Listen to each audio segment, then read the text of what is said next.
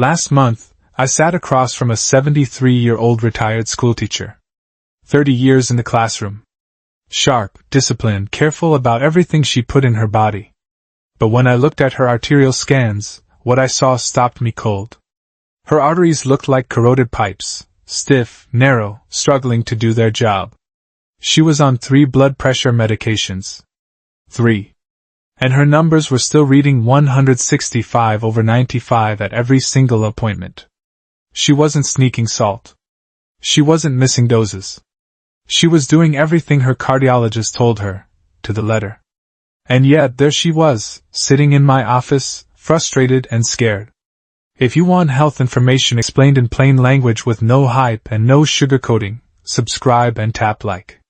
Dr. Kim's goal is to reach 500,000 subscribers, and you can help make that happen. Every like, comment, and subscription helps us bring reliable health advice to more people. Here's what nobody had told her. The 5 foods that could have genuinely moved her numbers, they were already in her kitchen. She just didn't know which ones mattered. Or how to use them. That's exactly what I'm going to give you today. 5 foods. No expensive supplements. No complicated meal plans. Just real, accessible things you can start with tonight. Stay with me. By the end of this, you'll know exactly what to do. Starting tonight. Now, before we get to the foods, I need to tell you something important. Because if you don't understand this one thing, none of the rest will make sense. Most people believe high blood pressure comes down to 2 things, too much salt and too much stress. And yes, both of those matter. But that explanation is incomplete. And that gap is exactly why so many people do everything right and still can't get their numbers down. Here's a better way to think about it. Picture a garden hose connected to a pump. When the hose is flexible and open, the pump doesn't have to work very hard to push water through. But now imagine that hose slowly getting stiffer. Kinked. Thickened at the walls. Suddenly the pump has to push much harder to move the same amount of water. That's your heart. That's your arteries.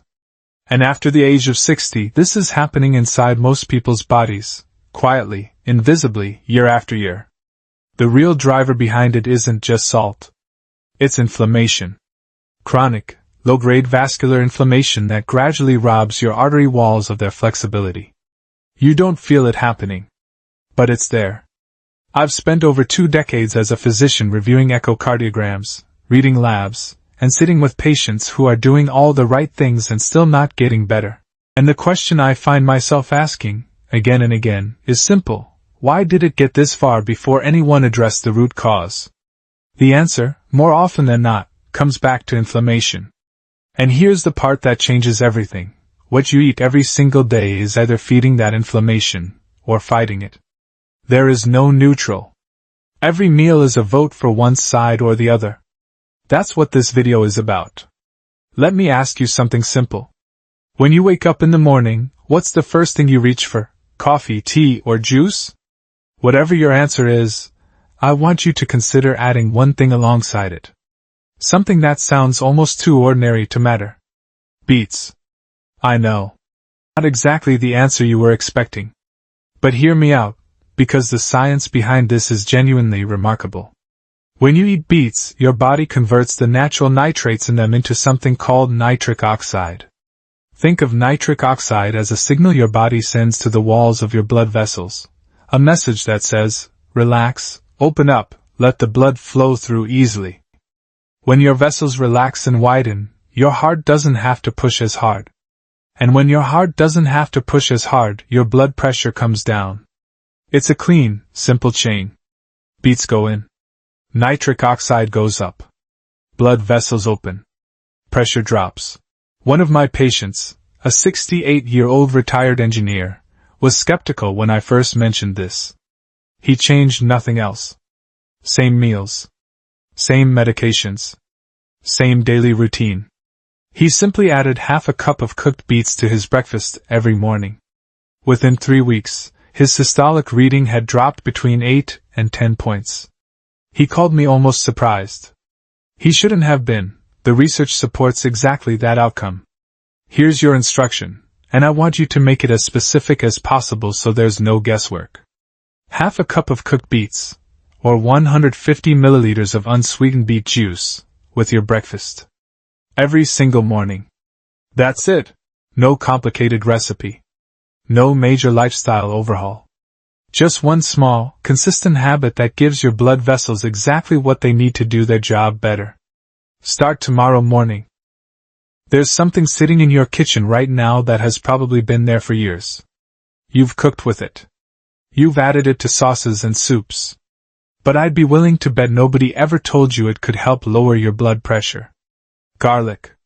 And before you smile and scroll past, stay with me. Because I'm not talking about folklore here.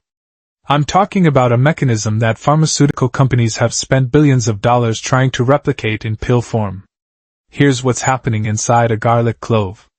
The active compound is called allicin. And allicin does two very specific things that matter enormously for blood pressure. First, it inhibits something called the angiotensin-converting enzyme, or AC. You may have heard of AC inhibitors, because they're one of the most commonly prescribed classes of blood pressure medication in the world. That's the exact same pathway garlic works on. Naturally. Without a prescription. Second, garlic stimulates the production of hydrogen sulfide in your blood vessels. That sounds alarming, but it's actually a good thing. Hydrogen sulfide signals the smooth muscle inside your artery walls to relax and open up. Less tension in the walls. More room for blood to flow. Lower pressure. 2 mechanisms. 1 clove. Now, one important caution. If you are already taking AC inhibitor medication, please speak to your doctor before adding garlic regularly. The two can work together more powerfully than expected, and your doctor needs to know. For everyone else, 1 to 2 raw or lightly crushed cloves daily. Or if the taste is a problem, 600 to 1,200 milligrams of aged garlic extract works just as well. Give it 4 weeks. Then check your numbers. You may be genuinely surprised by what you find. Let me ask you something. Do you check your blood pressure in the morning? Most people do. They wake up, take their reading, write it down, and feel like they have a clear picture of what's going on. But here's what I need you to understand, and this genuinely troubles me, because it affects so many people over 60 without them ever knowing. The most dangerous window for your blood pressure isn't during the day. It's while you're asleep. In healthy adults, blood pressure naturally drops by around 10 to 20% during sleep. Your body uses that window to rest, repair, and recover. But in a condition called non-dipping hypertension, that nighttime drop simply doesn't happen. Your pressure stays elevated all night long, while you're completely unaware, lying in bed, thinking everything is fine. Non-dipping hypertension is linked to a significantly higher risk of stroke, heart attack, and kidney damage. And your regular morning reading will never catch it. This is where Food 3 comes in, and it works specifically while you sleep. Tart cherry juice contains 2 powerful compounds, melatonin and anthocyanins. Melatonin helps guide your nervous system into a calmer, lower pressure state overnight.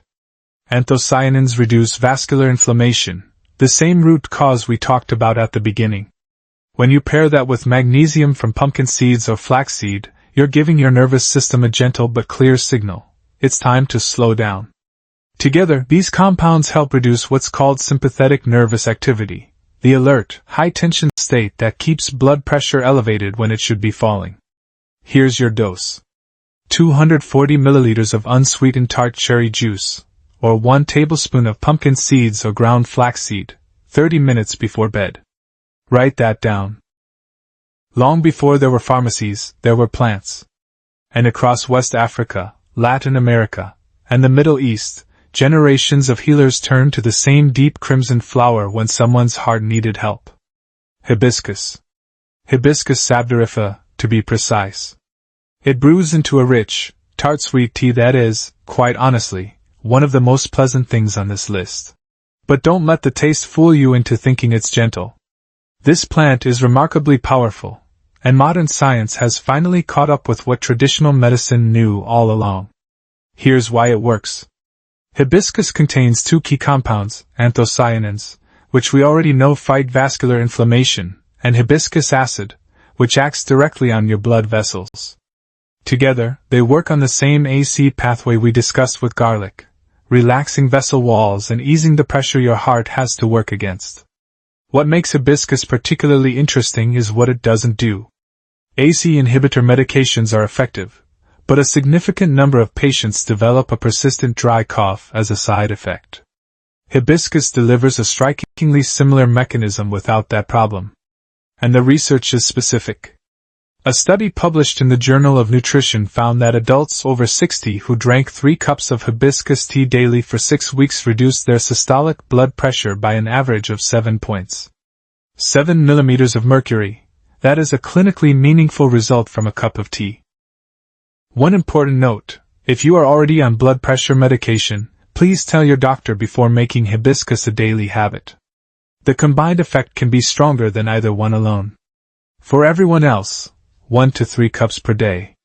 Warm or cold. Unsweetened. Your arteries will notice. I want you to do something right now. After this video, walk to your kitchen, open your cupboard, and look at what oil you're cooking with. Because what I'm about to tell you might be the most important thing in this entire video. And it's also the thing that the food industry has spent a great deal of money making sure you don't fully understand.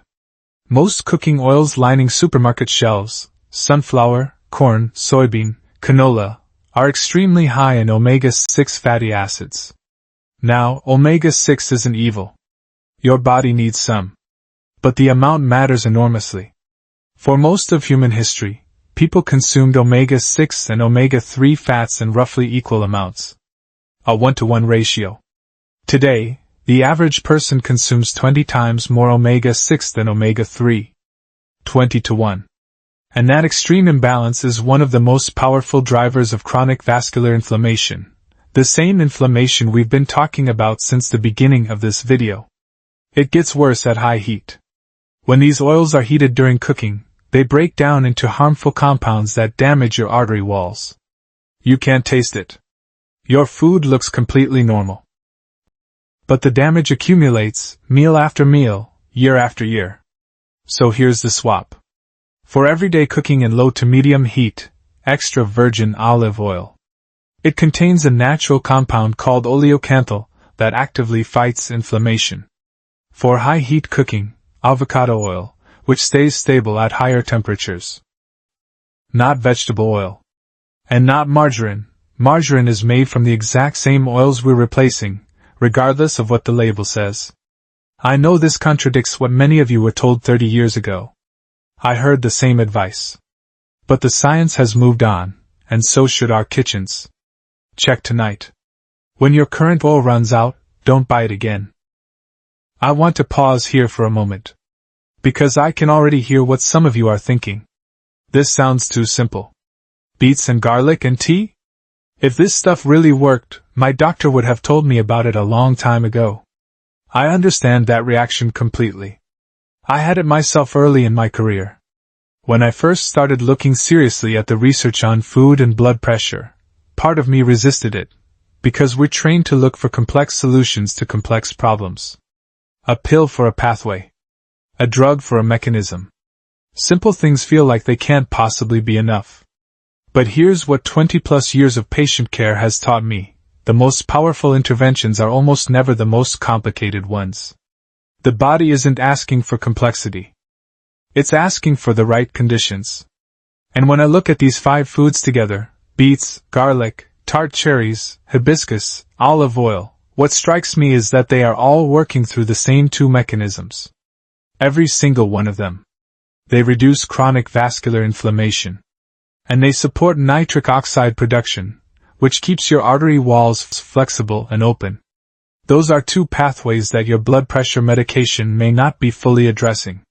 Medication manages the pressure.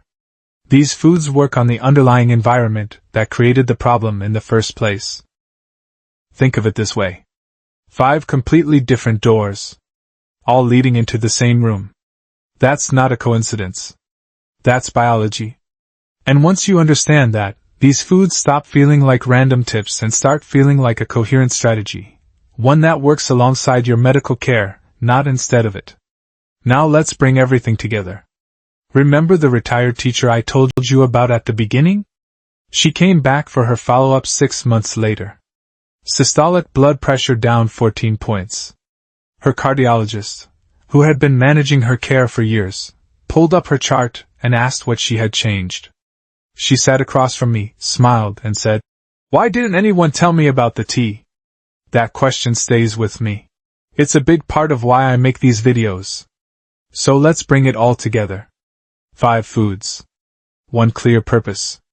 Beets, to switch on nitric oxide and open up your blood vessels. Garlic, to work on the same pathway as AC inhibitor medication, naturally. Tart cherries or pumpkin seeds, to reset your blood pressure while you sleep.